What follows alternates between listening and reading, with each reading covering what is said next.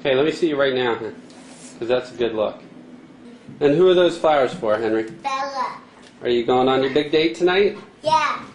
One of my favorite lines about Henry was that his smile was too big for his face. He's like the kind of person who, when he would walk into a room, the lights would flicker and the party would get started.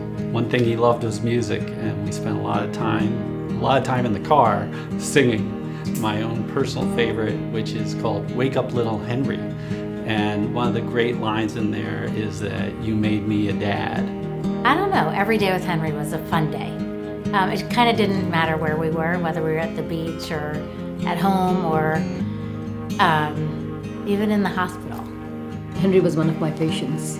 Having seen his journey and having seen what the family went through with Henry, his legacy, I guess, Henry's legacy was that other children would also be able to avail of everything that it takes to keep a child happy while they're going through a chronic illness.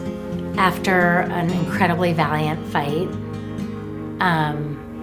Henry died when he was 7 in December of 2002, and that was devastating.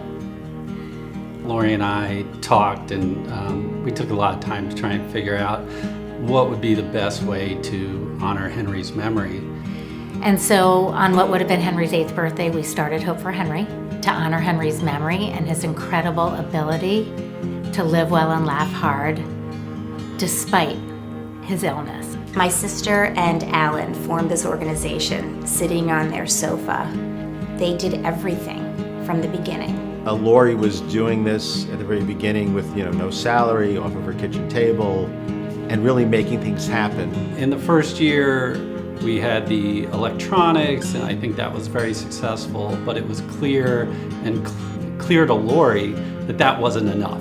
She was able to get from that place, a very seed of an idea, to this incredibly innovative organization that is constantly looking for new ways to help children. I mean, if you want a sense of immediate gratification, you just got to go to Children's or one of these hospitals where we take it over, and superheroes and are walking around the hospital, and people are smiling and going into rooms, and there's nothing more gratifying than going to a little sick kid's room and making them smile and laugh, and see the parents break down crying because of all this work that's being done for their child, who's in this terrible predicament where the parents feel helpless. One of the things that we have to start saying about Hope for Henry is that it changes the culture of an institution. It changes how nurses provide care to children. It changes how staff provides care to children. It even changes how the front desk person greets a parent and a child when they walk in. And it's magical to watch.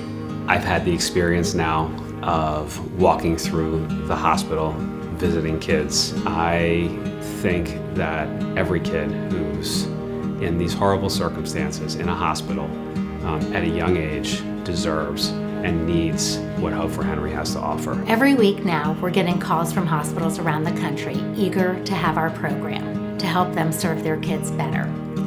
And we want to say yes. We are all about getting to yes with Hope for Henry, and all it takes is more resources. Improving the quality of life for kids in the hospital is a real need, and it's one that Hope for Henry fills. And we are going to spend the next years making sure that we bring that Hope for Henry program to kids all over this country.